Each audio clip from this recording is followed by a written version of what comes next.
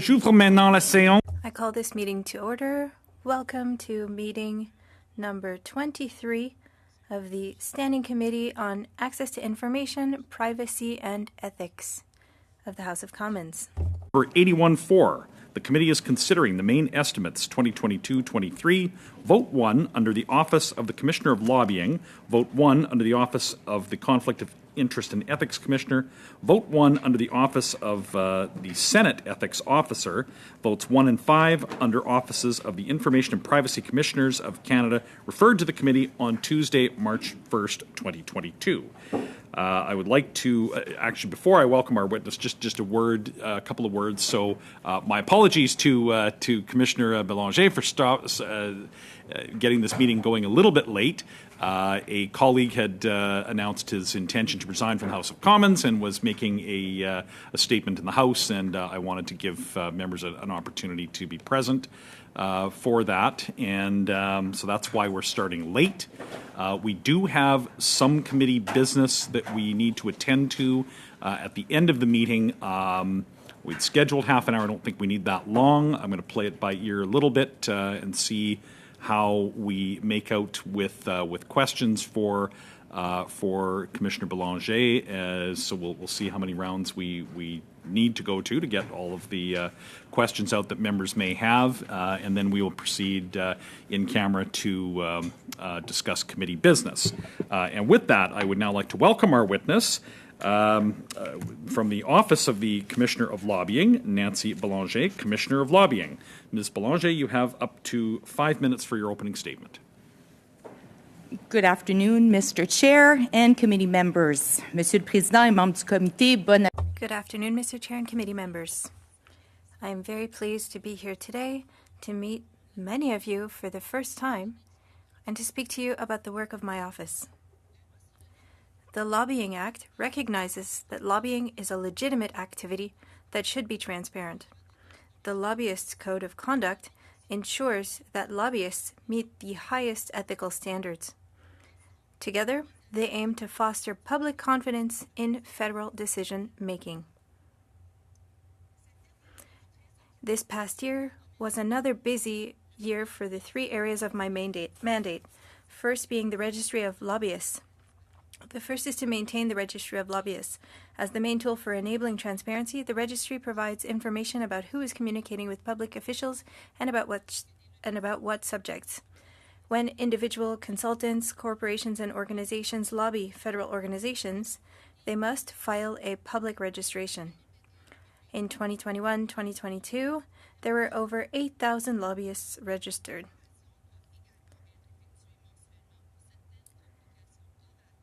A report of certain oral and arranged communications with designated public office holders must be also completed on a monthly basis. Last year, there were approximately 25,000 communications. The top subject matters for the year were health, economic development, and the environment. The second aspect of my mandate is to raise awareness of the lobbying regime. This past year, we gave about 80 virtual presentations, reaching more than 1,300 stakeholders who now better understand the requirements of the Act and the Code. My mandate is to ensure compliance. We investigate allegations of non-compliance with the Act and the Code. A preliminary assessment is undertaken to investigate the nature of the alleged contravention and gather some information. If I determine that further action is required to ensure compliance, I continue the investigation. When I complete an investigation under the Code, I must table a report to Parliament. Non-compliance, however, with obligations under the Act are offences. So when I investigate and have reasonable grounds to believe that such an offence has occurred, I must refer the matter to the RCMP and suspend my investigation until it has completed its process. Once this has occurred, I can cease the investigation or complete it and report to Parliament. Last year, in addition to the preliminary assessments that were carried over from the previous year, we initiated 22 and determined that no further action was required in 14. In addition, we finalized 5 investigations carried over from the previous years, including 1 report to Parliament and 1 referral to the RCMP. At the beginning of this fiscal year, we have 32 ongoing files. I also decide whether to grant former designated public office holders an exemption from the 5-year prohibition on lobbying when they leave office. Of the 9 applications, I granted 2, denied 3, 2 were withdrawn, and 2 remain to be reviewed. Once granted, the exemptions are published on the office's website. All of this work and the necessary corporate functions are performed by a very small team of about 28 employees. I want this committee to know how very proud I am of all my staff as they continue to excel during a period that has undoubtedly been challenging to us all, demonstrating adaptability, resolve, and compassion. Last November, we received additional annual funding of approximately $590,000 to increase our personnel by 5 employees to ensure that the registry and other IMIT systems remain modern, secure, and accessible. We have recently staffed 3 of those 5 positions. My total budget is now approximately $5.2 million, including employee benefit payments. About $4 million of this allocation goes to salaries and benefits, leaving an operating budget of $1.2 million. About $630,000 of that amount is spent to obtain services, such as HR and financial, from other government institutions. Pour l'avenir, je suis à votre... Looking ahead, I remain available should a parliamentary review of the Lobbying Act be undertaken. As you know, I submitted a report with 11 preliminary recommendations to improve the Lobbying Act. I will also share with you a renewed lobbyist code of conduct. The revised code will bring a new level of clarity to the standards of behavior expected of lobbyists. I have undertaken 2 phases of consultations, and I expect to do 1 more round in the near future before finalizing the code for your review. Mr. Chair and committee members, those are my opening remarks. Thank you, and I welcome your questions. To answer any questions. Thank you. And the first questions will come from Mr. Couric for up to 6 minutes. Thank you very much, Mr. Chair, and thank you, Madam Commissioner, for your attendance here today, and appreciate. Let me just note how important, especially when it comes to trust in our institutions from the Canadian people, ensuring that there is a transparent, fulsome, and understood lobbying regime is in our country, and I appreciate the role that you play in that. A practical question first, and being mindful of time, but the workload over the course of the pandemic, was it something that you saw increased lobbying efforts, challenges with reporting? In about a minute or so, if you could you outline what the ebbs and flows were during the course of COVID? It could be very quick. It definitely increased. Monthly communication reports before the pandemic were about 18,000 for the year. Mind you, it had been an election year. And during the pandemic, 28,000 oral communications. So that in and of itself was an increase. We saw an increase of active registrations. There was an increase. Now, everything was done virtually, and of course, oral and arranged communications, if it's arranged in advance and it's virtual, it must be reported. So automatically, the virtual world increased those oral and arranged communications. You had to plan the Zoom call. It was not something that was spontaneous at the corner of the street, which I think had an impact as well. But for sure, there was a lot of lobbying happening. Did you notice any specific trends outside of Zoom? Any specific trends in terms of not in the oral or? communications. With respect to the subject matters, health had never really been in the top 2 or 3, and obviously it became the top 2 or 3. Economic development was always in the top 4 or 5, but became again top 1, top 2. So there was a trend in subject matters and a trend in obviously in oral and arranged communications. Thank you very much for that. So. Madam Commissioner, in terms of helping make sure that the Canadians understand both your role and the role that the Lobbying Act has in ensuring that there is a high level of transparency, because of course when there are incidences as we have seen from time to time, what efforts do you and your office undertake to ensure that the Canadians are aware of your efforts and the work that you do? Well, first of all, we deal with stakeholders on a daily basis. So those who want to register or think they need to register are in our are calling us regularly. In the last year, I think we had 5,000 emails and phone calls to make sure and get help to register. With respect to our awareness, we're actually going to be working on a stakeholder engagement plan in this coming year. I find because of the resources we have, we are much more reactive. So we do go out, we speak to universities, we talk to organizations, we talk to public office holders so they understand their role. We're talking to lobbyists mainly, but we could do a lot better, and I do think we need to start, I don't want to say traveling because it's not the right thing to do right now, but for sure we need to step up our engagement, but right now it's a resource issue. We've actually increased our international presence during the pandemic. I've done many presentations at the international level, which was really permitted because of the virtual world. But we're continuing to work hard to increase our presence on the social media, a little bit on our Twitter account and on our internet. And so specifically, and I appreciate that, but specifically when it comes to within Ottawa and the National Capital Region and those who are connected within policy and political circles will understand the work that you do in terms of making sure that whether it's somebody who has an intent to lobby the government or simply wanting to learn about the process to ensure that there is transparency in that, are there tools that you've provided or steps to help make sure that outside of those of us who are engaged in decision making or the lobbying itself, or if somebody who maybe hasn't lobbied before wants to engage in that process, what steps have you taken? Well, first of all, Canada is a big country, and there's lobbying happening in all of your constituencies, so I'm relying on you to help me in that area.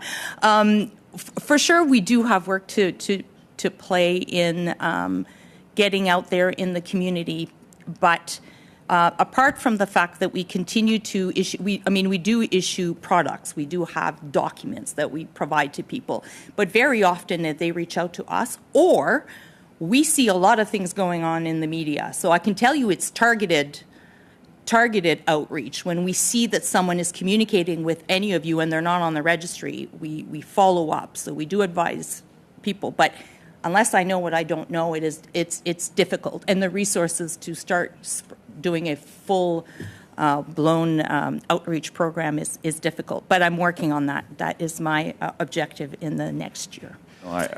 I appreciate that, and I think my time is almost done. But I would just note in the report that was provided to us, which after some clarification you had provided to the committee during the second session of the last Parliament, one of the recommendations was regarding foreign lobby efforts, and certainly I think that's something I would just note so that it's on the record, Mr. Chair. I know there's probably not time to answer the question. If there was a question there's no time to answer. An important thing. Yeah. So I would simply note that. Okay, you have done so. And now on to Ms. Hefner. Thank you very much, Mr. Chair. And thank you very much to the witness for your testimony today, and my colleague for starting my clock for me. I just want to go back a little bit. You talked a little bit about the pandemic and how you saw an increase in requests for service, and you saw a little bit of different types of requests. I'm wondering if there's more to add about how your commission was able to respond. Like, what were the challenges in terms of remote work and pivoting to meet the demands within your own department of the pandemic? I have to say that I was extremely impressed in how our team responded. And for the most part, it was because we were already equipped. We had just moved in a new location in May of 2019. Fully, I'll call it 3.0, but as far as I'm concerned, we have all of the tools to be able to do our work remotely of any station. So when Friday the 13th in March, I just told people, bring your things home because we don't know what's going to happen. And so they were really able to pivot and continue the work. Client services team had to, because we do have a service standards where we respond telephones within 30 seconds. And so those who had kids at home had to really adjust, and they did it, and we continued to meet our service standards. So I'm in awe of them, and we somehow functioned and did it. We're all tired, but we all did it, and everybody's tired, I get that. But yeah, people were able to adapt and continue to work hard. And at the beginning, up until October, we weren't allowed because of bandwidth to see anybody. So everything was by, Zoom, but without camera, and then it became a little frustrating. We were able to see each other at some point. So there's the personal aspect was tough because we're small. We're 25 people. Your families are bigger than that. So we get to know everyone. So that was a bit of a challenge, but somehow we got it done. I can tell that you're very proud of your team, and I can am. see you. I really am. And where are you at now? Are people back in the office, or are they still working remotely? Well, I asked everyone to come back 1 day a week as of beginning of April, and it's been wonderful. People are getting to connect. We had hired 3 people, I think, during the pandemic that were supervising others and had never met in person. So that's been a very good thing. I'm in the office pretty much every day. I'm here. I need to see people, so yes. Okay, let me take you in a little bit different direction. Yeah. So you mentioned 11 recommendations you had in changes to the lobbyist code of conduct. Can you just go over those for us, just a little bit of the most important ones? We have about 4 minutes left. Okay. And I'd like to hear just what Sure. you think are the most important changes that we need to see in the Act. The Lobbying Act, there's 11 recommendations, and those I tabled a report to Parliament, to this committee, in February of 2021. Those 11 recommendations are preliminary, and they're really to enhance transparency, fix the gaps, and they're all important. I don't believe in Band-Aids. I think we have to have an integrated approach to changes to the Lobbying Act. But one of the biggest irritant, and we have seen it in the media, and lobbyists agree with this, is the significant party duty threshold before an organization needs to register. The Code of Conduct is not the 11 recommendations. The Code of Conduct is we're redoing the Code of Conduct. I've done 2 consultations because I have to do consultations with stakeholders. A 3rd consultation to go out next week, and then I have an obligation to submit that new Code of Conduct to you for your review, which I'm hoping to do in the near future. So what sorts of things are you hearing from stakeholders that we should hear about? For certain, the significant party duty threshold is difficult for organizations and corporations to figure out. It's about 30 hours in a month cumulative of all their employees who do lobbying. And that it's hard for them, especially organizations that are spread in the country. So sometimes they will just register even if they don't meet the threshold to ensure that they don't run afoul of the law because it is an offense. It's difficult for me to then enforce as to whether or not somebody really did 30 hours in a month. It's a lot of work to figure that out. So there really should be transparency by default as far as I'm concerned. That's one of the biggest irritants, I think, for the community that I think this community needs to be aware of, and it needs to be a priority when there's a Lobbying Act review. You mentioned having some constraints due to resources in your department. What kind of budget increase would you look for if? It's interesting. We asked for these 5 employees really in the IT world back in 2019, hoping there'd be a budget of 2020. There wasn't, so we got the money in 2021, which we just got.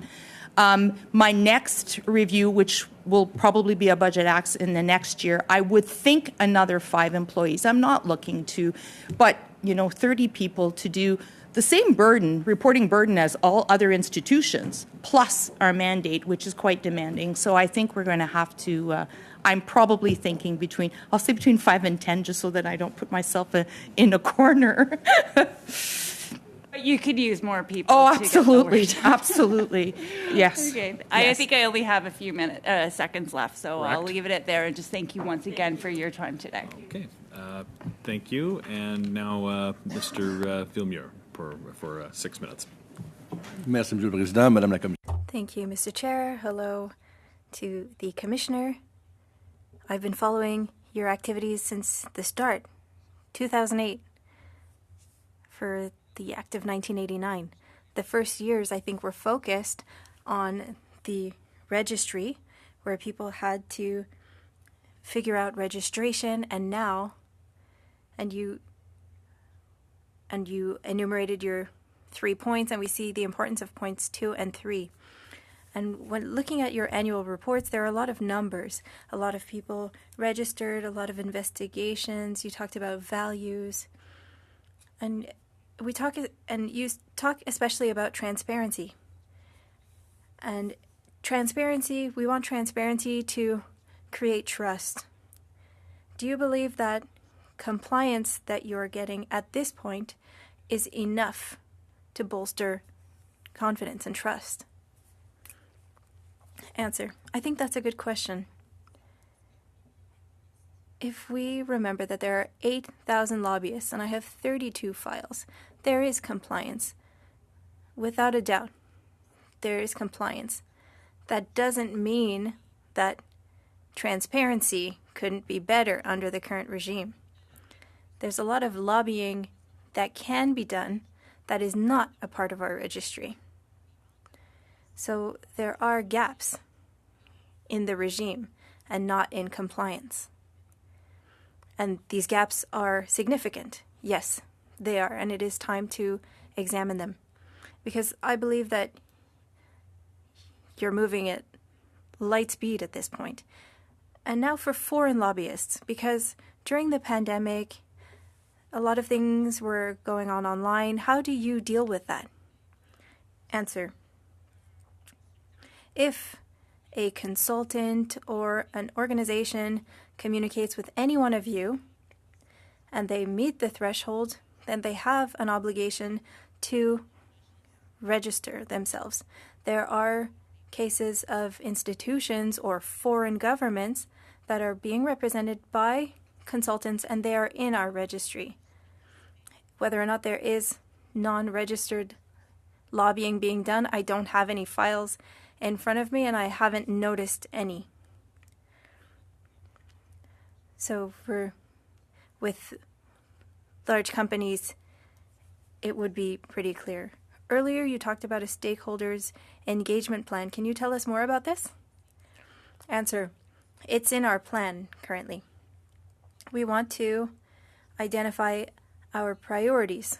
So we need to see where are the gaps, who do we need to speak with, and how.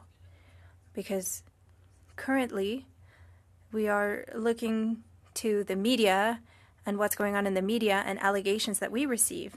And when we see that somebody is often late or they're not sure, well, we communicate with them.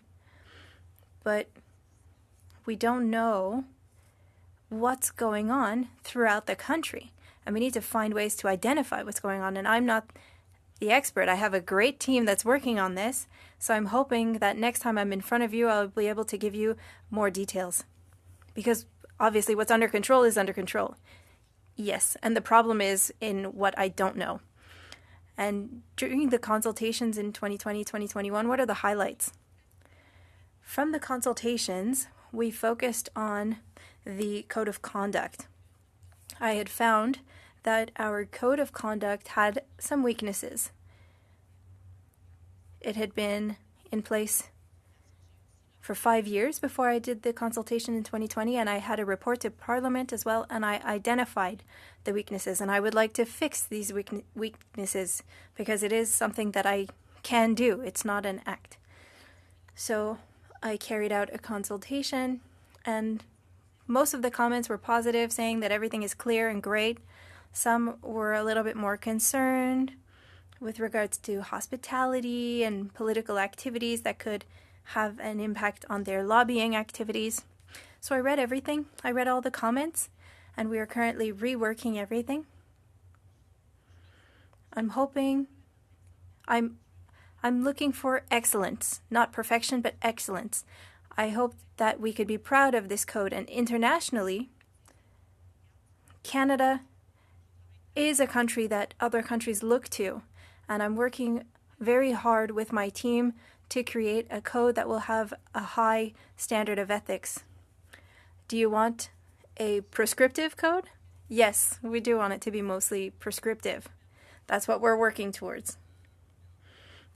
And finally, you talked about clarity earlier. Where do you see a need for more clarity? With regards to gifts, in the current concept of the code, we looked at reasonability.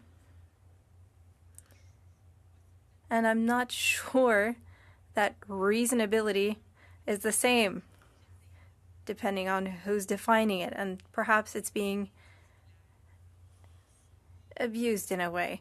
I would like to have clear guidelines. That's what I'm working on for clarity. Thank you very much. And accountability is also an interesting concept to examine. Thank you, Mr. Chair. Thank you. And now for up to 6 minutes, Mr. Delarge. Sorry, I had it before. And, Pretty close. Desjardins. I couldn't read it from here. Sorry. Thank you very much, Mr. Chair, and I want to thank our witness. Thank you for being present with us today and in person. It's a nice touch to be able to know exactly the folks who are doing such great work in our public service. So thank you very much for that. You're welcome. So I just want to turn now. You've mentioned a few really interesting points related to the review. There was a review that was that's supposed to be regularly scheduled, and the last regularly scheduled review was in 2012. That would mean 5 years from 2012 is 2017. So we're almost lapsed for a second review of the Act. So I understand the importance of your review and the work that you've done in terms of your recommendations here. And I think that they're very good, and parliamentarians should take seriously those concerns. One of them I want to address in particular, however, was in relation to the final recommendation, Recommendation 11. Recommendation 11 states, provide immunity against civil and criminal proceedings. And so are there, this is one I want to wrap my head around, to understand why the motivation for your recommendation here. And I think Canadians would also like to know in terms of what level of immunity these persons should be able to be protected by in order to actually do the work of advancing your office's mandate. And is that appropriate? Every other agent of Parliament has that clause. It was simply, I think, an oversight in the Lobbying Act. So, and it's in the performance of our work, obviously. But we do important work. I do send files to the RCMP. I do believe that my staff and myself should have that same protection that my colleagues have. So I think that was really an oversight, and I thought I should flag it, that it's something that should be included in it. Thank you very much for that. So I guess, given that experience and understanding that other offices may be doing this in terms of there's a slight difference in mandate, I would assume as well. So maybe it's not necessarily an oversight in that case. But what concrete examples in your experience can you provide that are prior situations where a lack of immunity impeded the work of the commissioner from conducting your work? It has not impeded my work at all. I do my work, and it's really, to me, I think it is an oversight. But I have not felt threatened, or there has been no situation I think that clause would have allowed it to do more work. It really was just a flag that should be in there like any other agent of Parliament. Well, thank you very much for that. And I guess we'll just move to a bit of a different item here related to the Lobbyist Code of Conduct. You mentioned just that at the very end there of my colleagues' good questions here, and your department plan for this upcoming or this current year we're in. And so there's a renewal and modernization process that I understand is required for this code of conduct. And there's some key initiatives, and your office actually conducted some consultations. You mentioned that you're in, I think, you finished the second round of 3. And so I'm really curious how those first engagements went, and can you provide some feedback as to what you heard in terms of your engagement with those folks in the first 2 rounds? Sure. The code of conduct was not required. There is no requirement to renew the code. That was a decision on my part, because after 5 years of dealing with it and identifying some issues, some concerns that I had with the code, I thought it was time to do it. I had also heard from the lobbyists that at the end of the day, our guidance document was clearer to frame their behavior than the actual rules themselves. So I thought, okay, we have a problem here. So I decided to the first consultation was, in fact, tell me what you want me to know about how you think the code is working. I did not have suggestions. In that round, I think I only had 4 responses.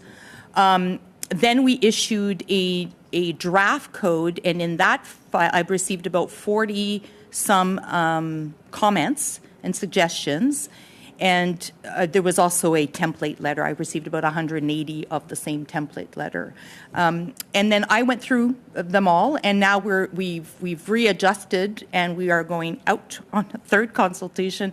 I really, as I was saying, I really want to get this as right as possible. So we should issue a third consultation next week. Next week? Yeah. Okay. So in Yeah, terms I of... hope so. Yeah, it's Yes. it's a huge undertaking, I'm sure. Yes, it is. And so in terms of what you heard from these responses, and Yeah. I understand this consultation is not yet complete, but in terms of the third round and the planning that would likely have to go in to absorb those recommendations, how long do you think Canadians can expect to see a new conduct be released? Okay, so the next steps would be, I suspect that I'm not going to get that many comments this time around. I think what will happen is I will be sending to you, because that's the steps for your review, if you choose to review. I may, if I get permission, I may end up sending it to you over the course of the summer, if I'm allowed. I'll look into the rules. But obviously, I would want then that in the fall to see if you've got a reaction to it, and otherwise it would be gazetted and then enforce after that, obviously with some transition depending on when facts occurred and when the code would be applicable. So I'm hoping that in the fall or in the new year there'd be a new code in place.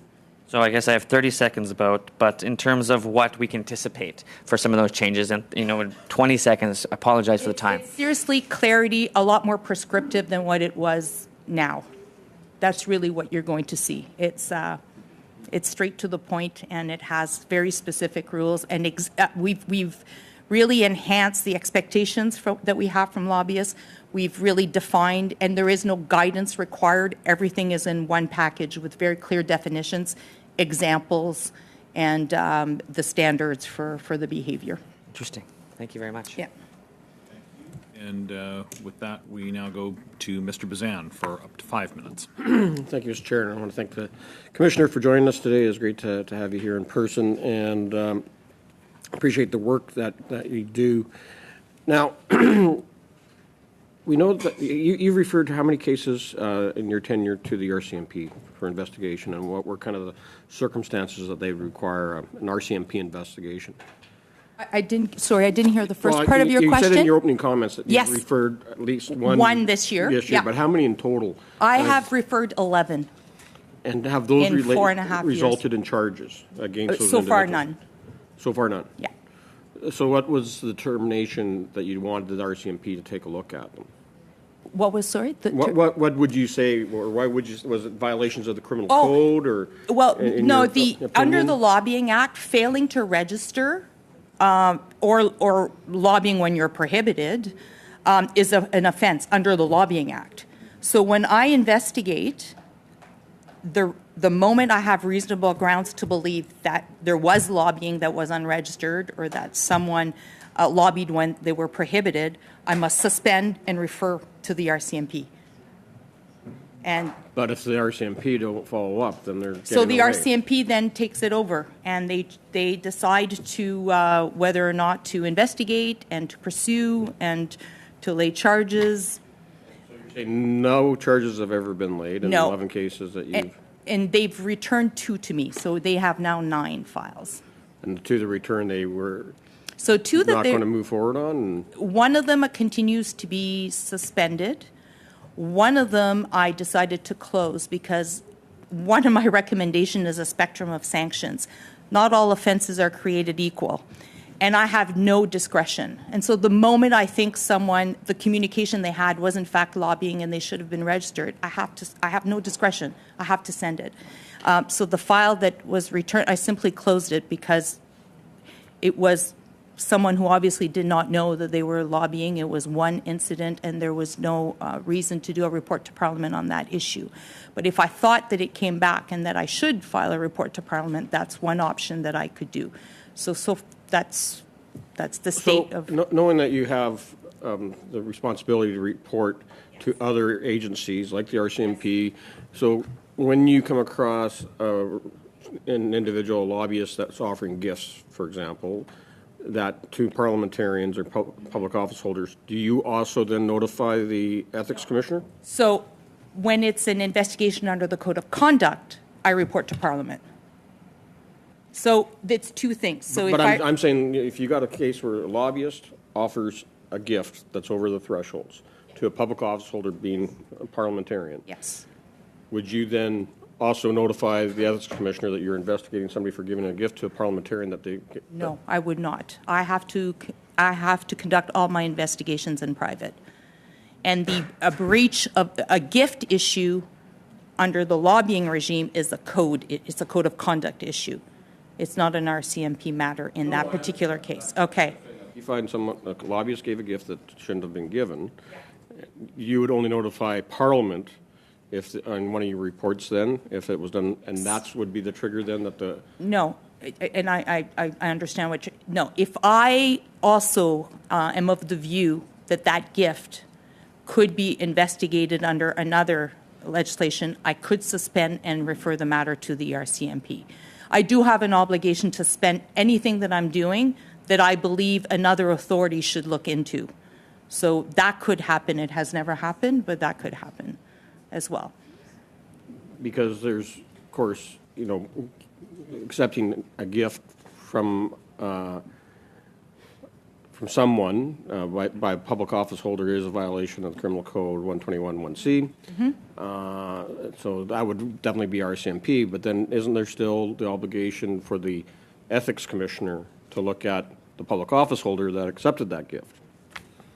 And when do you want to notify the ethics commissioner that somebody...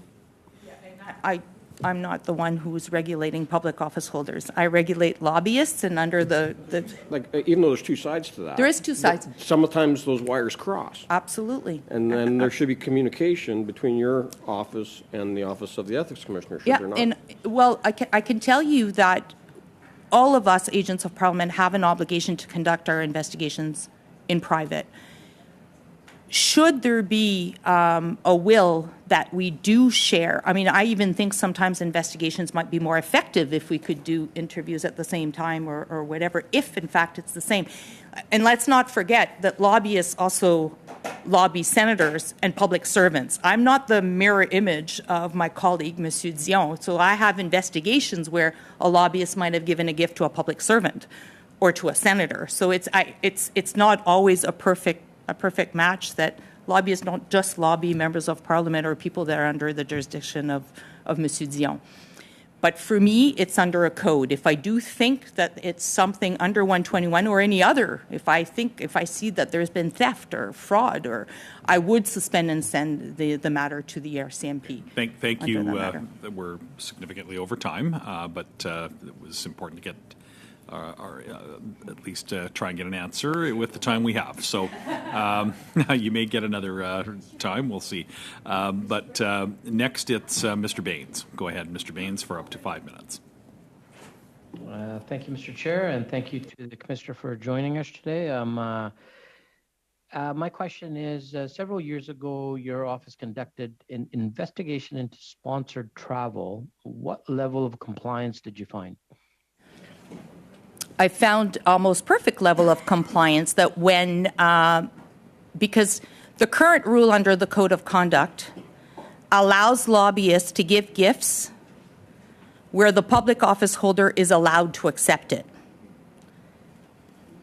That's, okay, by the way, in the next version, that will not be the case. But in light of that, because lobbyists were permitted to give the gifts of sponsored travel, what I ended up verifying as well is whether or not, while lobbyists were traveling, whether or not they did lobbying, and when they did lobby, was it communicated on the registry? And I found that it was. Okay, so did you observe any gaps in the Act? Well, that particular report was under the Code of Conduct. And the gap that I found was the fact that I had to consider whether or not the person who is accepting is allowed to accept. And that requires me to put myself in the shoes of one of my colleagues. So that was an issue with the Code of Conduct. But with respect to the extent of the investigation, we were able to complete it.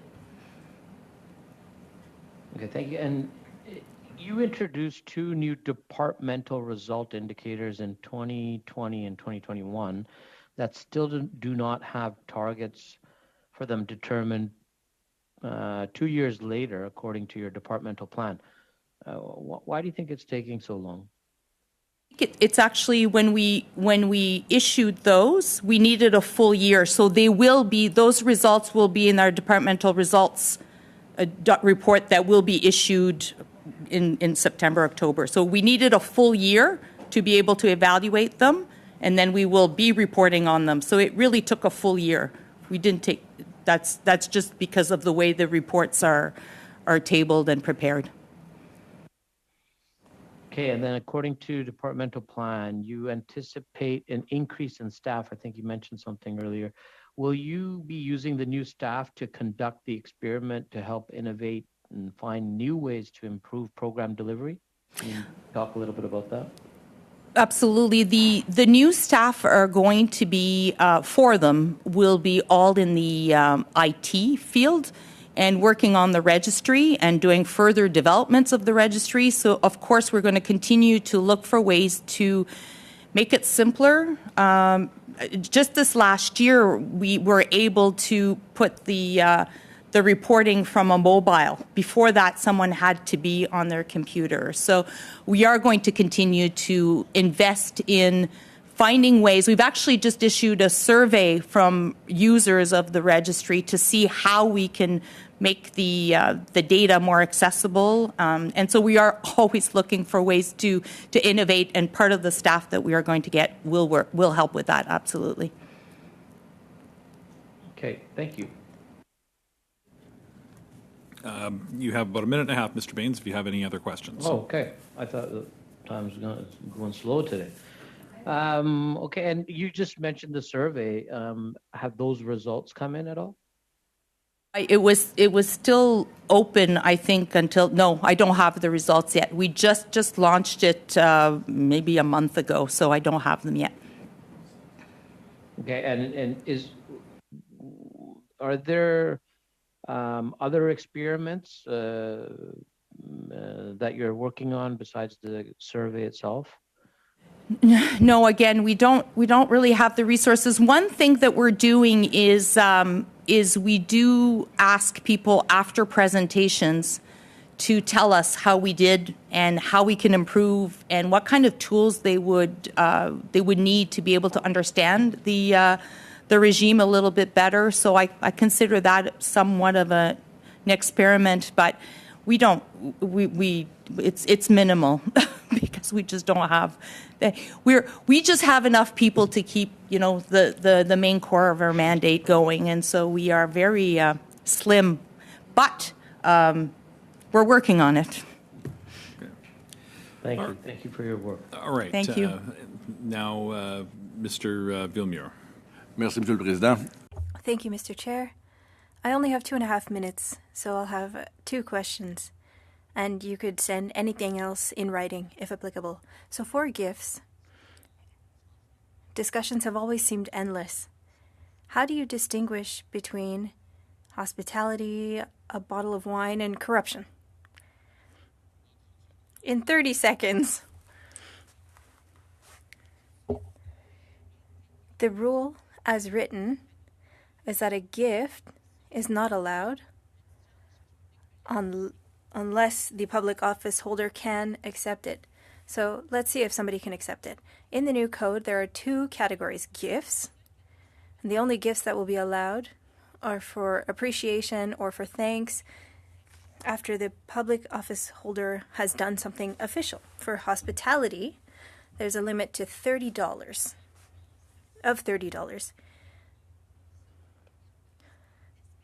And that'll be the only thing allowed for hospitality.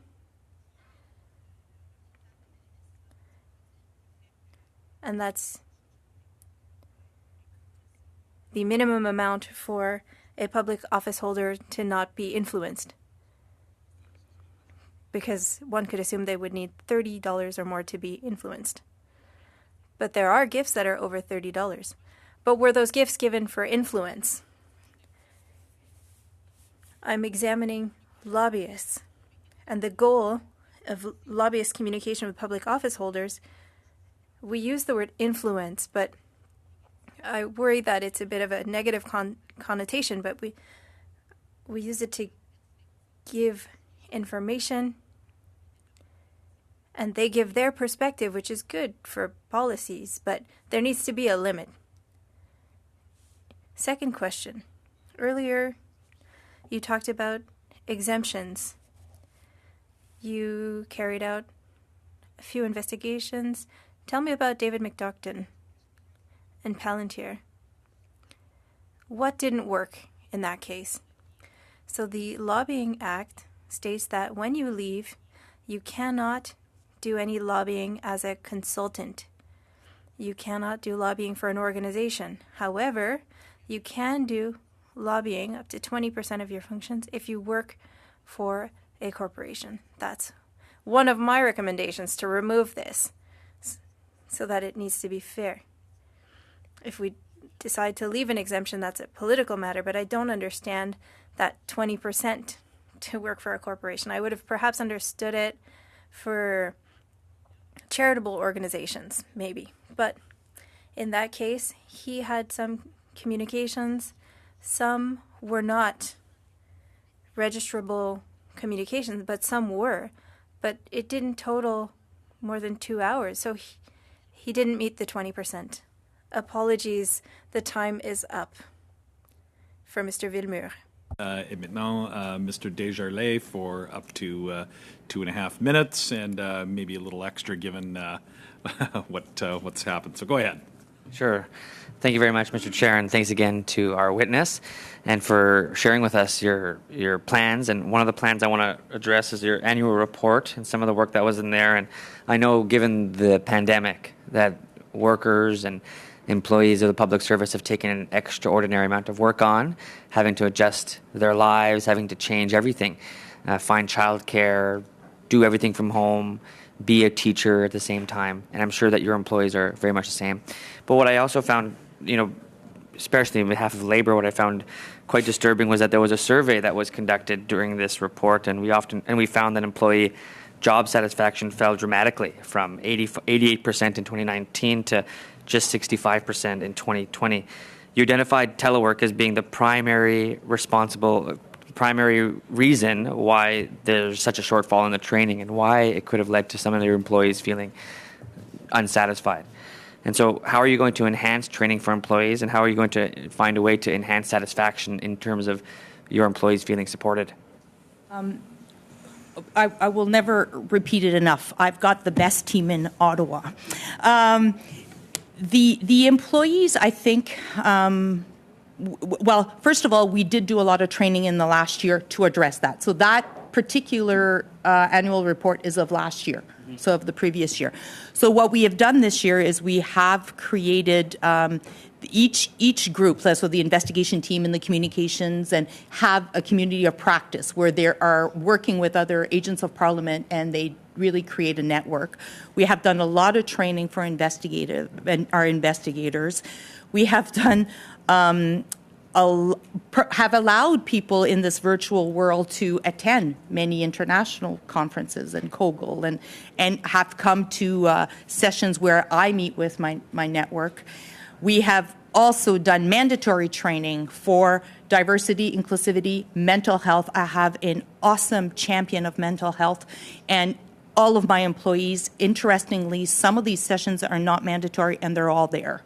And so I think we will have, when they do another survey, we will have gone up again. I mean, we reduced, but the statistic, that's 2 employees, right? I have 25 people, so but I am a great believer in an exceptional workplace, and I will do everything in my power to support people in their professional development. We ask them, what do you want to do? Where do you want to go? Because I know that in a team of 25, I can't offer promotions to everybody. And sometimes we've moved people around when they're starting to feel like they want to learn something new. We do that.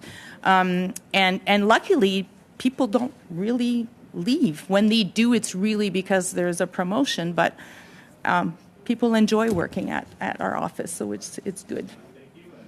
That we again went quite a bit over time, and we'll now go back to Well, actually, no, we're going now to Mr. Williams. Go ahead for up to 5 minutes.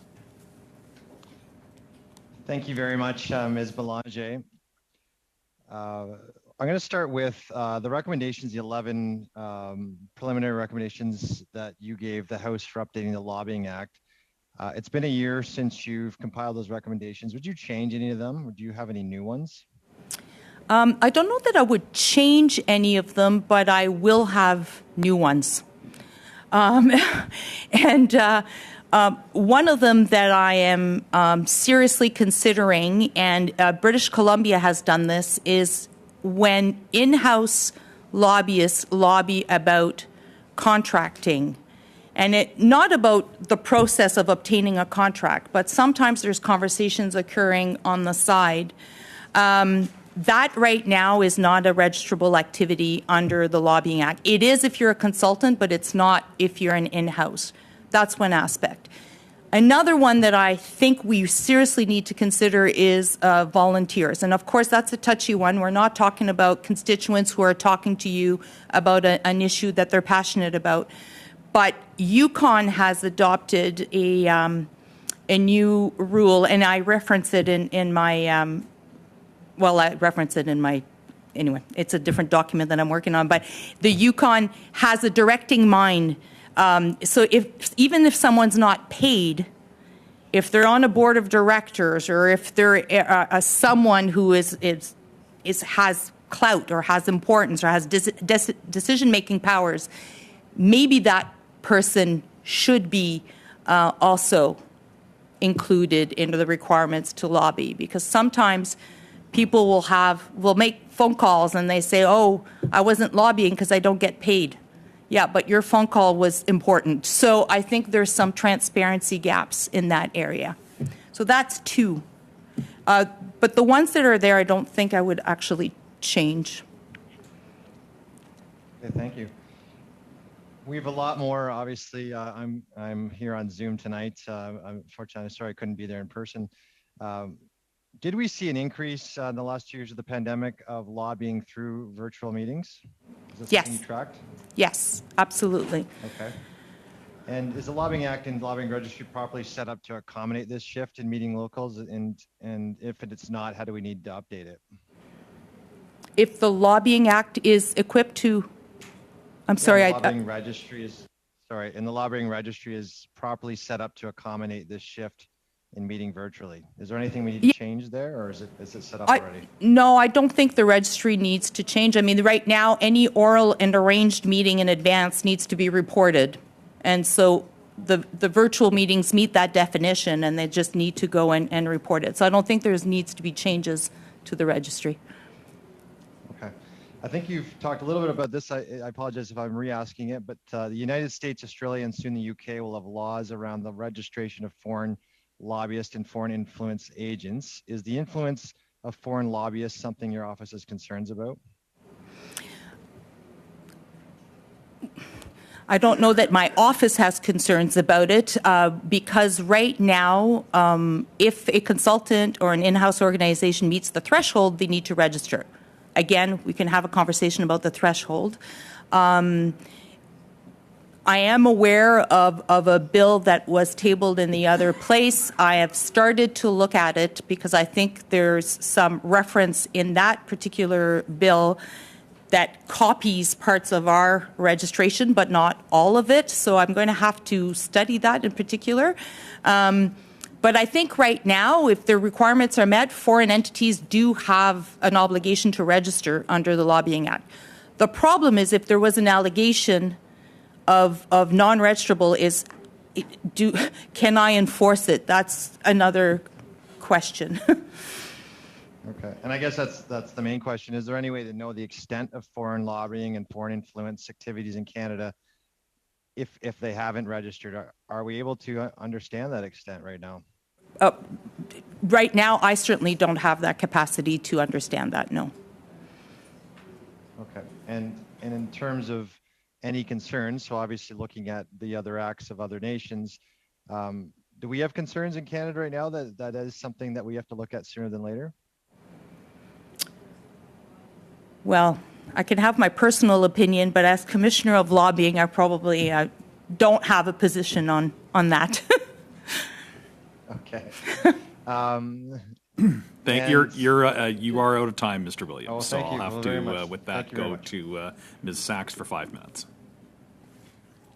Thank you, Mr. Chair, and thank you so much, Commissioner Belanger, for joining us today. I first want to commend you on, as a mental health advocate myself, the way you've prioritized your team in that space is really exemplary and something we should all be proud of in terms of public service, especially during the pandemic. So if I could just add that anecdotal piece.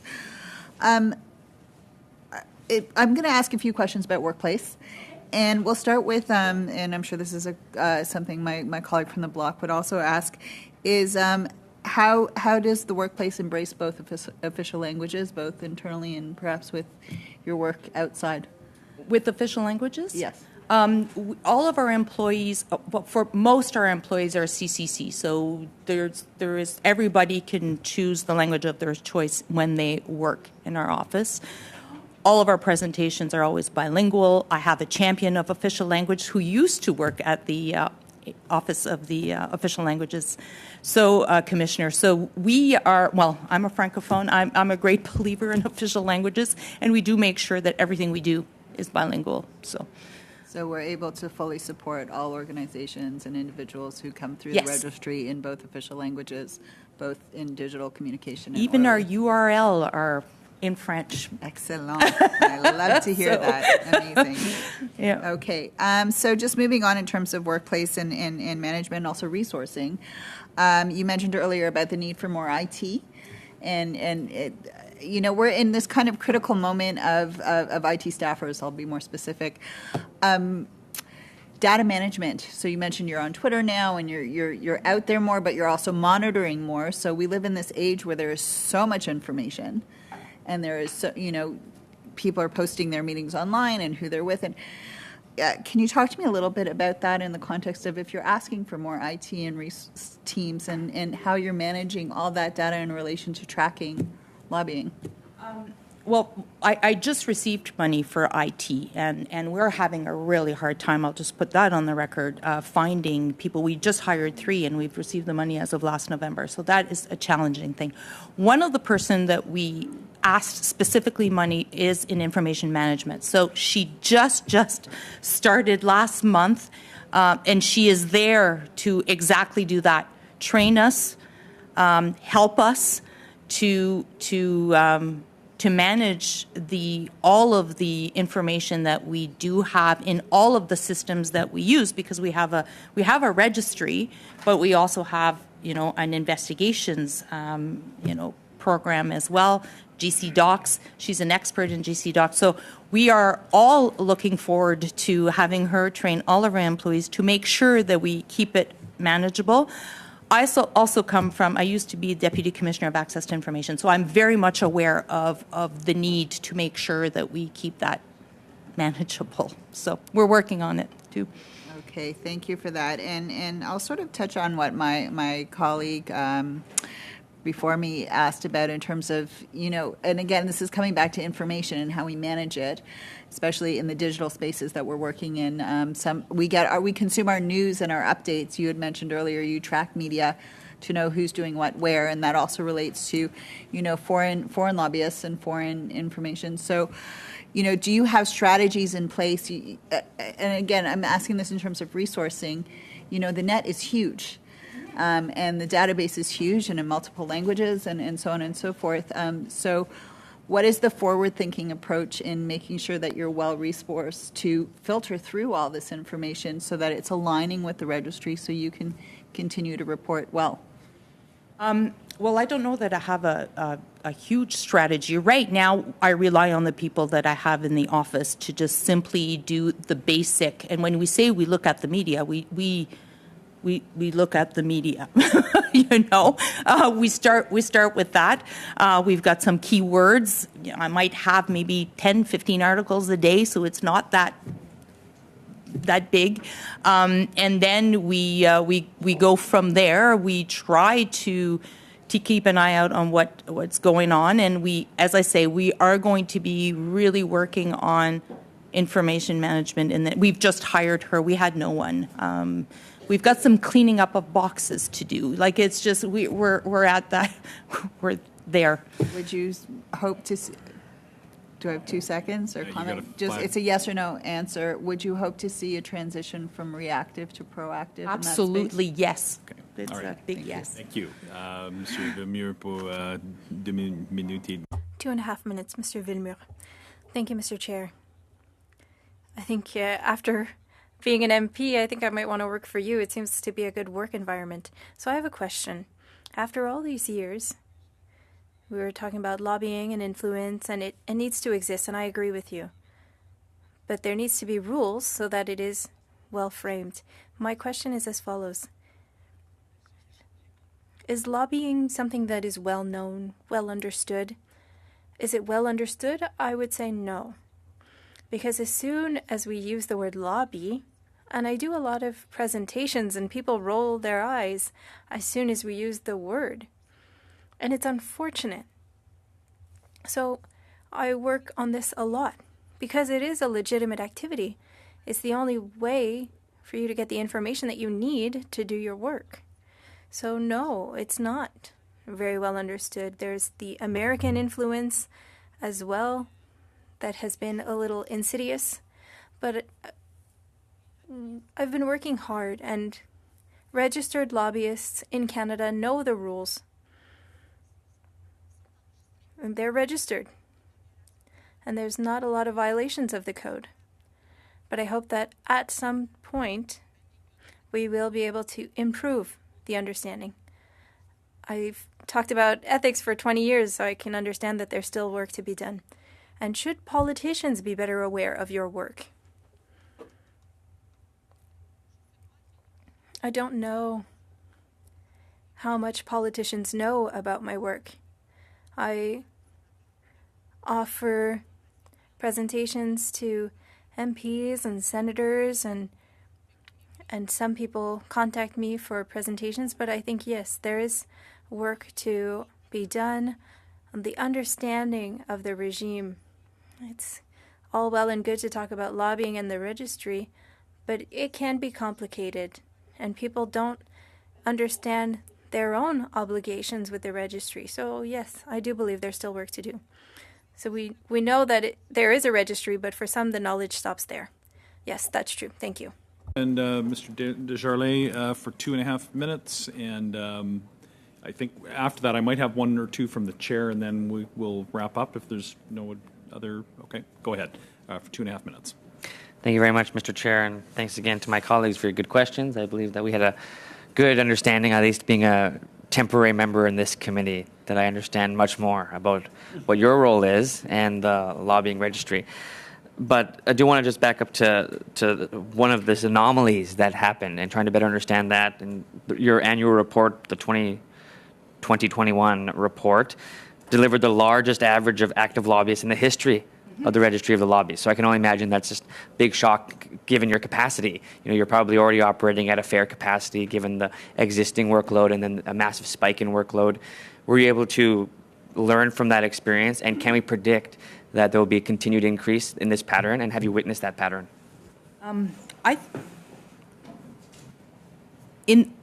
In 2021, there were 28,000 monthly communication reports. In the last year, we had 24,000. So it went down a little bit, but it was an election year. Every election year, when there's a caretaker mode, there is no real lobbying that's occurring. So I think in light of the fact that it was 24,000 even, I think we're on a trajectory. In 2012, I think there was 11,000, and we're now at 25. So clearly, there is an increase in. There's also, I think, a better understanding of the regime, and so people are showing up and registering. And I think we get a lot of calls and ask questions. Should I register? So, as much as we may not be out there so much engaging right now with all Canadians, I think the word is getting around and people are calling us to make sure that they don't run afoul of the law, because nobody wants to end up on the front page of the news or in a file at the RCMP. Exactly. So I do think that the workload is not going to reduce. So in terms of like the pattern of workload, so of course there's years we can predict that workload decreasing, like you mentioned, with the exception of last year. But without that exception, we can probably predict, at least in your pattern and estimate, that there is an overall increase. And so when was the initial amount in terms of a workload? I'm sure that we would have to anticipate that in terms of how much work that you're doing, in terms of the size of the financial envelope that you have to conduct that work. When was that original amount? 2008. 2008. When the office was created, until just recently, it's the same budget. Wow, exactly. So we do so, and it requires work to evaluate and do a submission. And so we did one in 2019. I arrived in January 18. Took me a bit of time to do my footing, and then we did a request for the IT. But it's grand time that we ask for more. Thanks. That got us into a little bit of overtime there. And I wanted to squeeze in a quick question, if I may. We obviously could probably have a whole study on your 11 recommendations, but even the first one, I guess I've long held that many regulations that are designed to protect the public wind up protecting incumbents in business. In other words, regulation, a large, well-capitalized organization can handle compliance a lot better than a smaller, newer one. And so the expansion to require the reporting of all activity and do away with the threshold around the amount of activity that you do and whatnot. Can you comment on how, whether there are really some winners and losers, and whether or not compliance ends up making it more difficult for a small enterprise to make their case to policymakers than a large incumbent organization? I guess it's how much weight you put to the value of transparency. And to me, it's up there. And the burden of going into a registry to put in who you're going to communicate with and about what, to me, that burden is not that high. And so right now, because the threshold is where it's at, there is a lot of lobbying that's occurring that we don't know about. The threshold of 30 hours a month, you can make 4 phone calls, very important phone calls, that have a great impact that Canadians don't know about. So to me, transparency is more important than and I put the threshold at 6, but it could be 8, it could be 10, it could be whatever policy decision we make. But, and I put it at 8 hours in 3 months. So you could still be those 2 or 3 phone calls. But at the end of the day, a lot of organizations and corporations possibly do 20 hours a month, and they still don't need to register. And that's too much lobbying that goes unreported, as far as I'm concerned. Perhaps not quite the same point, but yes, I get a matter of what the threshold is. Yes, exactly. Okay, with that, I'm going to, I see Greg's got his hand up. Go ahead. I was just wondering, is it possible I could slip in one question following a question from Mr. Desjardins? All right, go ahead. I did sort of offer it one more time around, but just make it a quick one because we do have other committee business and on a Thursday, travel is an issue, so go ahead. Tout d'abord, merci beaucoup, Madame. Thank you very much. To come back to your response to Mr. Desjardins,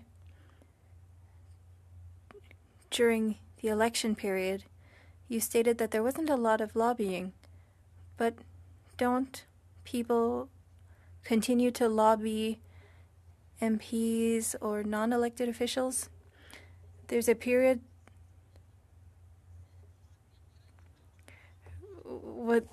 where they suspend for a while. There is lobbying that can happen for public officials, but not for MPs. And for House MPs, that's the highest institution, and that's when there are the least amount of activities. Thank you, Commissioner, and we are going to suspend so that we can go in camera, which requires the changeover of the Zoom connection. So there will be a pause of a few minutes before we can resume in camera. But for those that need to leave the room before we go in camera, if they could kindly do so quickly. Meeting suspended.